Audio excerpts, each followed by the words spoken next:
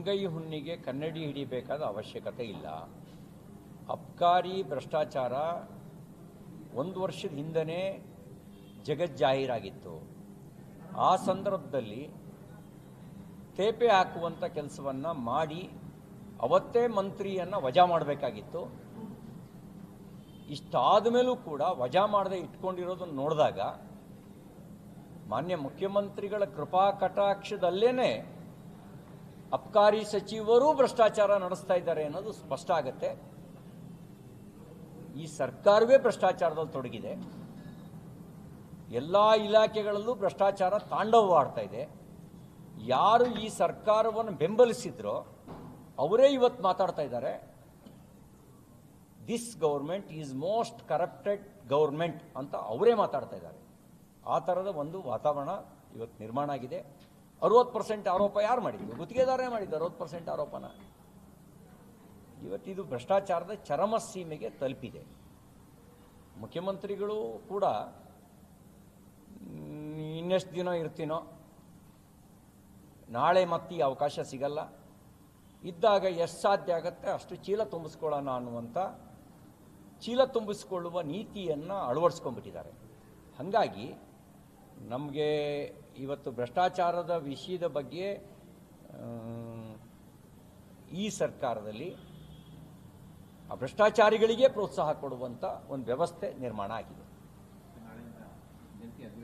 ಮುಖ್ಯವಾಗಿ ರಾಜ್ಯಪಾಲರ ಭಾಷಣದಲ್ಲಿ ವಿಬಿಜಿ ರಾಮ್ಜಿ ವಿರುದ್ಧವಾಗಿ ಖಂಡನೆ ಅಥವಾ ವಿರೋಧ ವ್ಯಕ್ತಪಡಿಸುವಂಥ ಅಂಶಗಳನ್ನು ಸೇರಿಸಿ ಭಾಷಣದಲ್ಲಿ ತಿಳಿಸಬೇಕು ಅನ್ನುವಂತಹ ತಂತ್ರಗಾರಿಕೆ ಕಾಂಗ್ರೆಸ್ಸಿನ. ವಿಬಿಜಿ ರಾಮ್ಜಿ ಅದರಲ್ಲಿ ಇವರು ವಿರೋಧ ಮಾಡುವ ಅಂಶಗಳೇ ಇಲ್ಲ. ನಾನು ಅಧ್ಯಯನ ಮಾಡಿದೆ, ಏನು ಈ ಥರ ಎಲ್ಲ ಬಾಯಿ ಬಡ್ಕೊತಾ ಇದ್ದಾರಲ್ಲ, ಏನೋ ಇವರು ಕಾಂಗ್ರೆಸ್ನವ್ರು ಬಾಯಿ ಬಡ್ಕೊತಿರೋದು ನೋಡಿದ್ರೆ ಯಾರೋ ಏನೋ ಹೆಚ್ಚು ಕಡಿಮೆ ಆಗಿಬಿಟ್ಟಿದ್ದಾರೆ ಅನ್ನೋ ಥರ ಬಾಯಿ ಬಡ್ಕೊತಿರೋದನ್ನು ನೋಡಿದಾಗ ನನಗೆ ಏನೋ ಇರ್ಬೋದೇನೋ ಅಂತ ಅನ್ಸಿ ಅಧ್ಯಯನ ಮಾಡಿದೆ. ಮುಂಚೆ 100 ದಿನ ಇತ್ತು, ಈಗ 125 ದಿನ ಕೊಟ್ಟಿದ್ದಾರೆ. ಯಾರಿಗೆ ಅನ್ಯಾಯ ಆಗುತ್ತೆ? ಮುಂಚೆ 100 ದಿನ ಕೂಲಿ ಕೊಡಬೇಕು ಅಂತಿದ್ರೆ ಈಗ 125 ದಿನ, 25 ದಿನ ಜಾಸ್ತಿ ಸಿಗ್ತಾ ಇದೆ. ಅನ್ಯಾಯ ಯಾರಿಗಾಗ್ತಾ ಇದೆ? ಮತ್ತು ಮುಂಚೆ ಆಸ್ತಿ ನಿರ್ಮಾಣಕ್ಕೆ ಒತ್ತು ಕೊಡ್ತಿರ್ಲಿಲ್ಲ, ಕೂಲಿ ಕೊಡೋದು ಅಷ್ಟೇ ಆದ್ಯತೆ ಆಗಿತ್ತು. ಈಗ ಆಸ್ತಿ ನಿರ್ಮಾಣಕ್ಕೆ ಒತ್ತು ಕೊಡ್ತಾ ಇದೆ. ಇದು ಅಪರಾಧವಾ? ಆಸ್ತಿ ನಿರ್ಮಾಣಕ್ಕೆ ಒತ್ತು ಕೊಡೋದು? ಕೌಶಲ್ಯ, ಮುಂಚೆ ಬದುಕಿ ಜೀವನೋಪಾಯಕ್ಕಾಗಿ ಕೂಲಿ, ಈಗ ಕೌಶಲ್ಯದ ಅಭಿವೃದ್ಧಿ ಮಾಡಿ ಅವರು ಸ್ವಾವಲಂಬಿ ಆಗಬೇಕು ಅಂತ ಈ ಯೋಜನೆಯಲ್ಲಿ ಅಳವಡಿಸಿದ್ದಾರೆ. ಇದರಿಂದ ಒಳ್ಳೆಯದ ಕೆಟ್ಟದ್ದು ಹೇಳಲಿ ಅವರು, ನಾವು ಚರ್ಚೆ ಮಾಡ್ತೀವಿ. ಚರ್ಚೆಗೆ ಏನು ಹೆದರೋ ಪ್ರಶ್ನೆನೇ ಇಲ್ಲ. ಇನ್ನು ಮಹಾತ್ಮ ಗಾಂಧಿ ಹೆಸರನ್ನ ಬದಲಾಯಿಸಿದರು ಅಂತ ಹೇಳ್ತಿದ್ದಾರೆ. ಮಹಾತ್ಮ ಗಾಂಧಿಗೆ ಪ್ರೇರಣೆ ಕೊಟ್ಟಿದ್ದು ರಾಮನ ಬಗ್ಗೆ ಯಾಕೆ ಇವ್ರಿಗೆ ದ್ವೇಷ?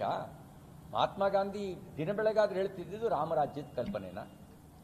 ಅವರು ಪ್ರಾರಂಭ ಮಾಡ್ತಿದ್ದೇನೆ ಪ್ರಾರ್ಥನಾ ಸಭೆಗಳನ್ನು ರಘುಪತಿ ರಾಘವ ರಾಜಾರಾಮ ಪ್ರಾರ್ಥನಾ ಗೀತೆಯ ಮೂಲಕ ಪ್ರಾರಂಭ ಮಾಡ್ತಿದ್ರು. ರಾಮನ ಗುಣಗಾನದ ಬಗ್ಗೆ ಯಾಕೆ ಇಷ್ಟೊಂದು ಅಸಹಿಷ್ಣುತೆ ಈ ಸರ್ಕಾರಕ್ಕೆ? ಹಾಗಾಗಿ ವಿಬಿಜಿ ರಾಮ್ಜಿ ಬಡವರ ಪರವಾಗಿರ್ತಕ್ಕಂಥ, ಬಡವರಿಗೆ ಬಲ ಕೊಡ್ತಕ್ಕಂಥ ಯೋಜನೆ, ಭ್ರಷ್ಟಾಚಾರಿಗಳಿಗೆ ಬಲ ಕೊಡೋ ಯೋಜನೆ ಅಲ್ಲ, ಬಡವರಿಗೆ ಬಲ ಕೊಡ್ತಕ್ಕಂಥ ಯೋಜನೆ. ಹಾಗೆಯೇ ಸ್ವಾವಲಂಬಿಯನ್ನಾಗಿ ಮಾಡುವಂಥ ಯೋಜನೆ, ಆಸ್ತಿ ನಿರ್ಮಾಣ ಮಾಡುವಂಥ ಯೋಜನೆ. ಇನ್ನು ಇನ್ನೊಂದು ಆಕ್ಷೇಪಣೆ ಅವ್ರದ್ದೇನು, 40% ರಾಜ್ಯ ಸರ್ಕಾರ ಕೊಡಬೇಕು, 60% ಕೇಂದ್ರ ಸರ್ಕಾರ ಕೊಡಬೇಕು. ನೀವು ಯಾರ್ದೋ ದುಡ್ಡು ಎಲ್ಲ ಮುಂಜೆ ಜಾತ್ರೆ ಅಂತ ಮಾಡ್ತಿದ್ರಲ್ಲ, ನಿಮಗೂ ಸ್ವಲ್ಪ ಜವಾಬ್ದಾರಿ ಇರಲಿ ಅಂತ. ನೀವು ಕೇಂದ್ರದ ದುಡ್ಡು ಅಂಥೇಳಿ ಇಲ್ಲಿ ಲೂಟಿ ಹೊಡೆಯೋಕ್ಕೆ ಲೈಸೆನ್ಸ್ ಕೊಟ್ಟಿದ್ರಲ್ಲ, ನೀವು ಲೂಟಿ ಹೊಡಿತಿದ್ರಲ್ಲ, ಈಗ ನಿಮ್ಮ ದುಡ್ಡು ಸ್ವಲ್ಪ ಸೇರಿದರೆ ನಿಮಗೂ ಸ್ವಲ್ಪ ಜವಾಬ್ದಾರಿ ಇರುತ್ತೆ. ಜವಾಬ್ದಾರಿ ಇರಲಿ ನಿಮಗೂ ಸ್ವಲ್ಪ. ಮತ್ತು ರಾಜ್ಯದ ಯೋಜನೆಗಳ ಜೊತೆಗೆ ಸಂಯೋಜನೆ ಮಾಡೋಕ್ಕೆ ಅವಕಾಶ ಇದೆ. ಯಾವುದೋ ಒಂದು ಊರಿನಲ್ಲಿ ಏನೋ ಒಂದು ಕೆಲಸ ಆಗಬೇಕು ಅಂದರೆ ರಾಜ್ಯ 1 ಕೋಟಿ ದುಡ್ಡು ಕೊಟ್ಟಿದ್ರೆ ಕೇಂದ್ರ 1 ಕೋಟಿ 20 ಲಕ್ಷ ಕೊಡುತ್ತೆ.